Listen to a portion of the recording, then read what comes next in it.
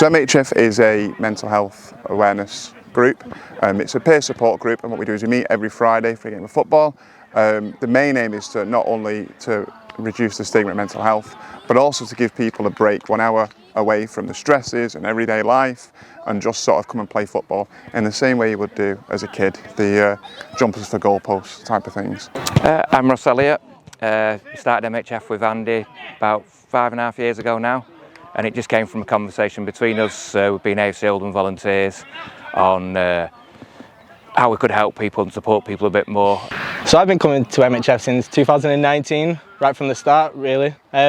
Such a great project and a great initiative, and been made feel like right at home ever since the start, ever since coming. And the friendly vibe that MHF provides has stayed true no matter how it's progressed. The different venues, there's a lot more people that come now. So regardless of all the transitions that MHF has been through, it's still true to what it was when it launched, and the ethos that it was created in is still there, which makes it, an unbelievable project. I really struggled with depression, and I found when I was at my lowest, the thing I would rely on a lot is football. I realised that football creates this sort of community within it, and I didn't have that.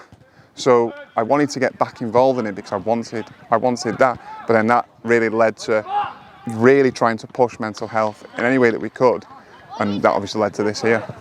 From a football point of view, if I'm not around football, it's a massive mood changer for me.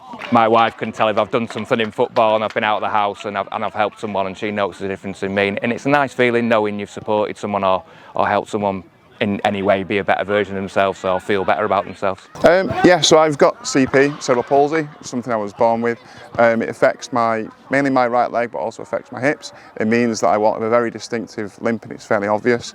This does create barriers in terms of not only getting opportunities, because obviously when it comes to coaching and managing, people aren't necessarily going to look at that, but also in terms of just getting support and backing from players. And MHF has never had that issue as well. It's been very inclusive right from the start. The last couple of years we've been able to bring in different volunteers, and the roles have changed. It's just we muck in and help out. We make sure the games get going, make sure the teams are as even as possible, and then also try and support different people any ways we can with their mental health and signpost them to the right places if they need it.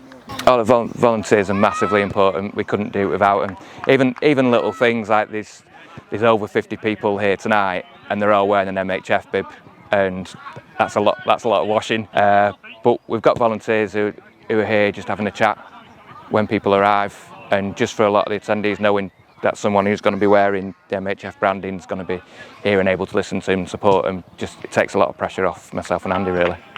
But right from the start, making me feel right at home again, which is what MHF is all about, feeling like it's a home from home. They make you just feel so welcome and so happy there. Same as all the volunteers. So yeah, it's just so nice to see the new faces come in, take a bit of a lead on the project and volunteer in the time to keep it such a happy, positive space, which it always has been. I found that my physical health has improved. I'm more active, I'm out of the house more, and mental health has improved. But I think really for me, the thing that gets the most is you meet really good people on a regular basis that helps form relationships that will last way beyond when I eventually finish volunteering. There's never a shortage of options, but the hardest thing is just putting yourself out there. So anyone who's looking at it is tempted, do it, because there will be a role there that benefits you and suits you, and you gain so much from it.